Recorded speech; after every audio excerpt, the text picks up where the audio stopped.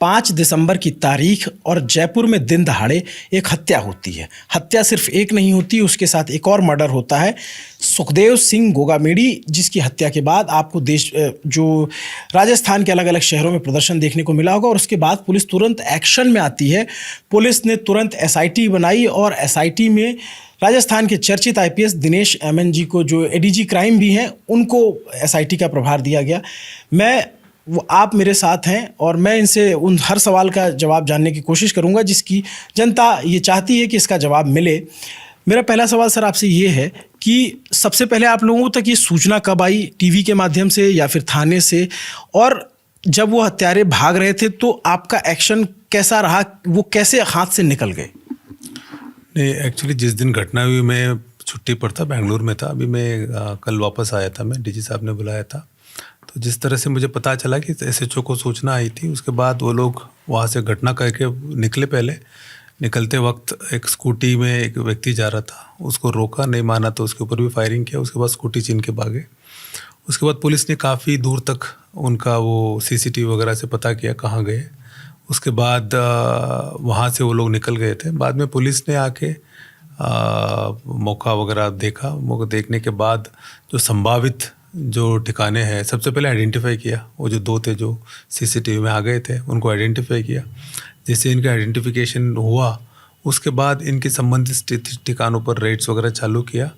उसके बाद डीजी साहब ने एक एसआईटी बनाई है मेरे सुपरविजन में, और कैलाश विश्नोई डीआईजी है, उनके नेतृत्व में बनाई है।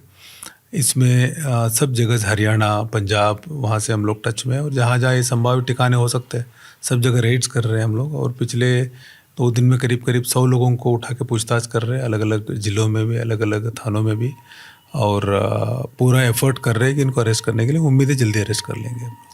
ये जब घटना हुई और ये 2 लोगों को आप लोगों ने जब सीसीटीवी के जरिए पहचाना, तो क्या ये पहले से राजस्थान पुलिस के वांछित थे? इनके ऊपर पहले भी मुकदमे दर्ज थे? एक तो राजस्थान का नहीं, एक तो हरियाणा का है। वहाँ वो हरियाणा से वांछित है। और दूसरा जो है रोहित, एक तो ये राजस्थान में 1-2 केस उसके उदयपुर में कुछ ही 3 महीने पहले, शायद 1-2 महीने पहले आर्म्स एक्ट में बंद हुआ था। उससे पहले शायद पॉक्सो एक्ट में बंद हुआ है। और बहुत ज़्यादा केसेस नहीं थे। लेकिन वो जो दूसरा जो है, वो अभी जो फौजी, जो हरियाणा का फौजी है, वो करीब 1 महीने पहले हरियाणा पुलिस के साथ मुजामत हुई थी, उसमें एक घटना हुई थी, उससे भागा हुआ है, वहाँ वांटेड था वो। तो ये जब घटना हो गई तो इसके बाद प्राथमिक जांच शुरू हुई। एसआईटी बनाने की ज़रूरत क्यों पड़ी? नहीं, एक तो बहुत बड़ा इंसिडेंट है, और एक मतलब समाज को रिप्रेजेंट कर रहे थे, और काफ़ी नामचीन आदमी थे। और इनकी जो मतलब घटना भी बहुत गंभीर घटना थी, सिटी में आके इस तरह से किया। प्लस इससे काफ़ी लोगों में आक्रोश भी था, और सीरियस इंसिडेंट भी है। और हमने काफ़ी टाइम से कोशिश किया था इस तरह के इंसिडेंट नहीं हो। हमने काफ़ी एक्शंस भी लिए थे, काफ़ी लोगों को अरेस्ट भी किया था, और अलग अलग एरिया डोमिनेशन और इनके प्रॉपर्टी सीज करना इस तरह से कर रहे थे। हमारे लिए भी ये बड़ी घटना है। हमारे इतने एफर्ट्स के बावजूद भी इतनी बड़ी घटना हो गई, तो इसीलिए एसआईटी बनाने की ज़रूरत पड़ी। इसके अलावा ये इनकी इंटरस्टेट रैमिफिकेशन से, एक हरियाणा का रहने वाला है और संभावित इनको कराने वाले हैं, या तो जेल में बैठे या बाहर है, तो इसीलिए एक डेडिकेटेड टीम की ज़रूरत पड़ी। एक थाने लेवल के काम नहीं था, इसलिए एक स्पेशल टीम बनाई गई। अभी तक आप लोग की जांच कहाँ तक पहुंची है? मैं आप ऐसा कुछ नहीं पूछना चाहता कि जिससे आपकी जांच प्रभावित हो, लेकिन लोगों में बड़ी उत्सुकता है और लोगों की मांग है कि उनको जल्द से जल्द गिरफ्तार किया जाए। तो उनकी आप लोगों को आखिरी लोकेशन या फिर कुछ टिप मिली, ऐसा कुछ हुआ? नहीं, काफ़ी हमारे इन्वेस्टिगेशन काफ़ी अच्छा चल रहा है, और काफ़ी जहाँ से इन लोगों ने कॉन्स्पिरेसी की, जहाँ से बैठे थे, जहाँ से निकले हैं, उसमें काफ़ी जानकारी है। और अब अलग अलग टीम्स अलग अलग लग रही है, और Haryana police, Punjab police, Delhi police, उनसे लगातार हम लोग संपर्क में, उनकी टीमें भी लगी हुई है। और अब पूरा उम्मीद है बहुत जल्दी पकड़ेंगे। इसमें सिर्फ जो शूटर्स ही नहीं, जो इनको सपोर्ट करने वाले, मतलब भागने से पहले और रुकवाने वाले, उनके खिलाफ भी एक्शन लेंगे। उसके बाद जिन्होंने मदद की भागने में, उन सब के खिलाफ एक्शन लेंगे। जो भी इनको सपोर्ट कर रहे हैं इस तरह के, उनके खिलाफ भी एक्शन लेंगे। इस मामले में कुल कितनी एफआईआर दर्ज हुई? क्योंकि एक तो सुखदेव सिंह गोगामेडी का मर्डर हुआ, एक वहाँ पे एक व्यक्ति और बैठा था नवीन शेखावत उसका नाम बताया जा रहा है, उसको भी गोली मारी, एक गार्ड भी घायल है और एक स्कूटी छीनी और एक कार वाले पे भी फायर किया था। तो इस पूरी घटनाओं को एक ही एफआईआर में देखा जा रहा है या फिर अलग अलग एफआईआर? नहीं, ये अलग अलग 2 एफआईआर है। जहाँ स्कूटी की घटना है वो अलग एफआईआर है, जहाँ 2 लोगों के मर्डर हुआ, सुखदेव सिंह गोगामेडी का जो हत्या हुई है उसके अलग एफआईआर है। उसकी एफआईआर अलग है। 2 एफआईआर। तो इस घटना के जैसे ही तुरंत बाद एक रोहित गोदारा नाम का जो गैंगस्टर है, वो बताते हैं कि विदेश से ऑपरेट करता है या कहाँ से करता है, उसने पोस्ट की और जिम्मेदारी ली। लॉरेंस बिश्नोई को बोला कि लॉरेंस बिश्नोई गैंग ने अपने जो विरोधी हैं, ये हमारे विरोधियों का साथ दे रहा था, इस वजह से इनको मारा है। तो इसमें अब तक क्या लॉरेंस बिश्नोई या ऐसा कोई एंगल सामने आ रहा है, या फिर ये जो रोहित गोदारा ये कौन है? मैं अभी तो उस पोस्ट के ऊपर मैं कोई कमेंट नहीं करना चाहता हूँ। कोई भी पोस्ट कर सकता है, लेकिन उससे ज़्यादा हमारे लिए इम्पोर्टेंट है कि जब तक हम ये 2 को पकड़े नहीं और पूरी कॉन्स्पिरेसी अनरावल नहीं करे, तब तक हम बता नहीं पाएंगे एग्जैक्टली क्या मोटिव था, किन लोगों का था। तो हमारी प्राथमिकता ये है कि सबसे पहले इन 2 को पकड़े, और जो दूसरा जो नवीन सिंह शेखावत है जिसकी डेथ हुई, उसकी मोबाइल भी जब्त किया है, उसमें कुछ मिलेगा। और अभी इन्वेस्टिगेशन में हमें उम्मीद है काफ़ी चीज़ें मिल जाएंगे, उसके बाद ही बता पाएंगे हम लोग। आपने वो क्राइम सीन, आप लोगों की टीम ने उसको तो पूरा अपने कब्जे में लिया होगा। फ़ोन कॉल पे आखिर में जो एक वीडियो आया उसमें दिख रहा है वो फ़ोन कॉल से बात कर रहे हैं, तो आप लोग को फ़ोन कॉल मिल गए, वो फ़ोन मिल गए आपके वहाँ से? नहीं, आरोपियों के फ़ोन नहीं मिले हमें अभी, जो 2 आरोपी जो। और इसमें सर ये जैसे कहा जा रहा है कि गैंगस्टर एक्टिव हैं, राजस्थान में गैंगस्टर एक्टिव होते जा रहे हैं। बीते 1 साल में क्या इस तरह की घटनाएं हुई हैं, गैंगस्टर यहाँ पे ज़्यादा पनप रहे हैं, या फिर आप लोगों ने गैंगस्टर पे क्या क्या कार्रवाइयाँ की थी? एक तो अभी राजस्थान में पहले भी रहे हैं हमेशा, मतलब इवन जब राजस्थान जो पहले बनी थी तब भी मारवाड़ में काफ़ी डकैत गैंग्स होते थे। उसके बाद चंबल में भी काफ़ी डकैत गैंग होते थे।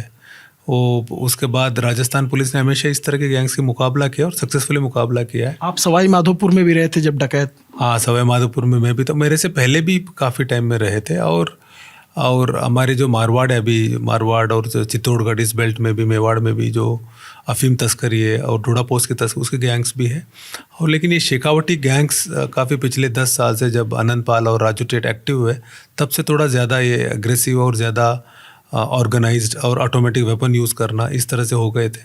अब उन दोनों के ख़त्म होने के बाद कुछ स्प्लिंटर ग्रुप से, कुछ उनको सपोर्ट करने वाले और कुछ जो हरियाणा के गैंग्स है उनसे भी इनकी कॉन्टैक्ट्स है, और कुछ पंजाब के गैंग्स है उनसे कॉन्टैक्ट है। कुछ बीच में आ रहे हैं और कुछ वारदातें भी हो रहे हैं। लेकिन पिछले लास्ट ईयर एक राजू टेट का मर्डर हुआ था, वो बड़ा इंसिडेंट था। उसके बाद यहाँ एक जी क्लब के फायरिंग हुआ था, ये बड़े इंसिडेंट थे। उसके बाद राजस्थान पुलिस ने काफ़ी एक्टिवली इनके खिलाफ एक्शन लिया था, काफ़ी लोगों को अरेस्ट किया था, इनकी प्रॉपर्टी सीज की थी, और जो अवैध मकान थे, इनकी मकान तोड़ा भी था, और काफ़ी शांति रही। उसके बाद यही बड़ी घटना है। मतलब आप मोटा मोटी कह रहे हैं पिछले 10 महीने से ऐसी कोई घटना नहीं हुई थी कि गैंगस्टर ने या कोई गैंग ने यहाँ पे कोई काम किया।